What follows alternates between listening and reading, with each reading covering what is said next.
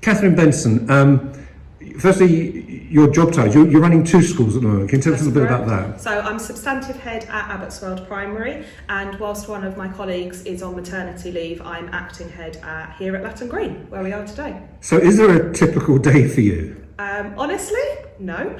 I think every day brings new challenges, new excitement, but I think the typical day is always focused around the child. So the children within the schools and what we need to do for them.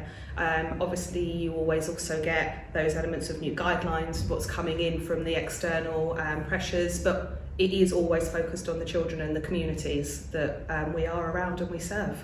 We're sitting in Latton Green at the moment, and there's a sign just to my right, was Aspire, Succeed, Citizens. Is that the sort of the culture at not only those two schools but across the Net Academies? Absolutely. So our curriculum is built around three areas. So we always talk about academic success, and I think that's the obvious one for all education establishments. But we also talk about physical development, and we also talk about positive well-being. And those three are as important as each other because academic success does not happen without the other two. So we're not just creating learners today, we're creating lifelong learners, but to do that they need healthy habits, and that comes from having a positive well-being and also positive physical development.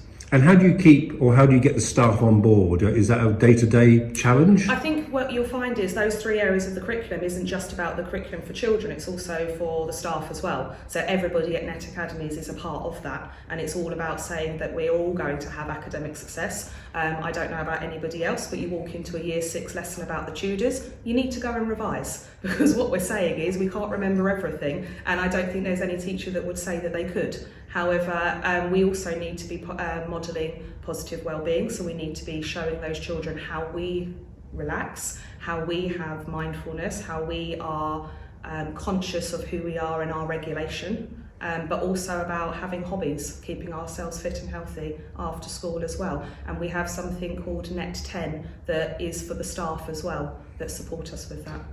You mentioned the word mindfulness. I just got a new Apple Watch and it keeps coming up about my mindfulness, but I'm not entirely sure what it means. What does it mean? So it can mean a range of things. So we work with Place to Be, the charity. So we offer discreet counselling sessions for children. So that's more of the heavily side where somebody might be going through something that's not positive at the moment, and we can support them through that. Or they're facing challenges that are age appropriate.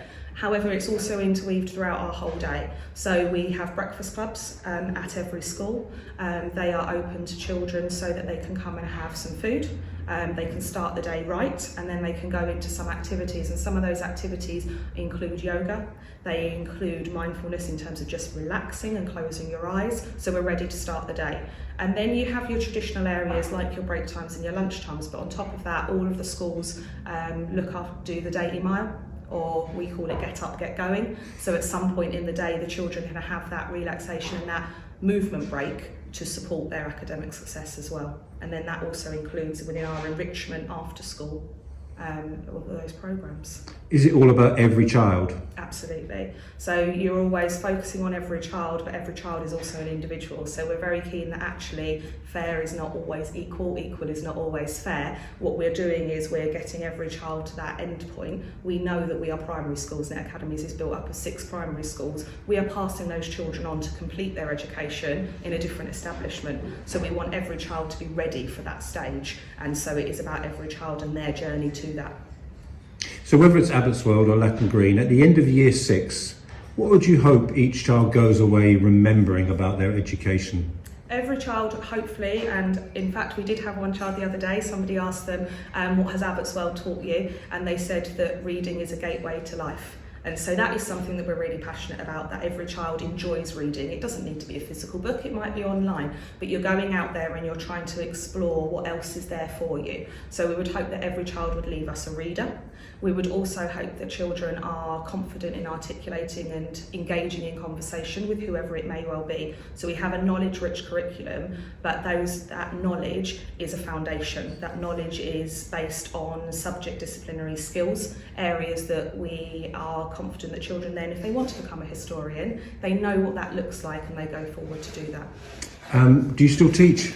I do still teach, very rarely, not as much as I would love to. Ultimately, we are all teachers at heart. That's how we got into the profession, and we'll always stay there. So I don't have a rigid timetable, however I will pop in and do those, even if it is as small as reading a book to a class or a group of children or an assembly, we'll do it that way round.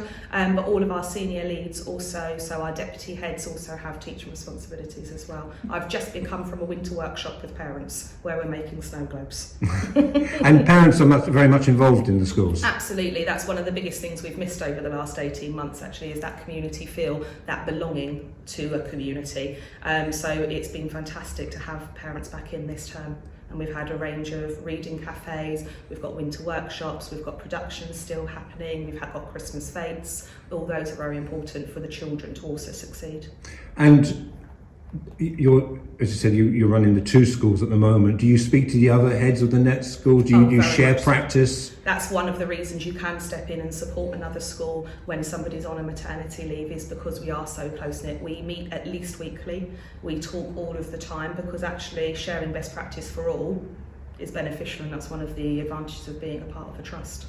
But you clearly have a passion and love for education. Very much so. I mean, you can't get into this job not having a love and passion for it. And however much I might not say that vocation is the right word for it, because I think that's almost, it's a summary that's not relevant. I think it is, you have a passion for children succeeding, and you will do anything to support them and their families to do so.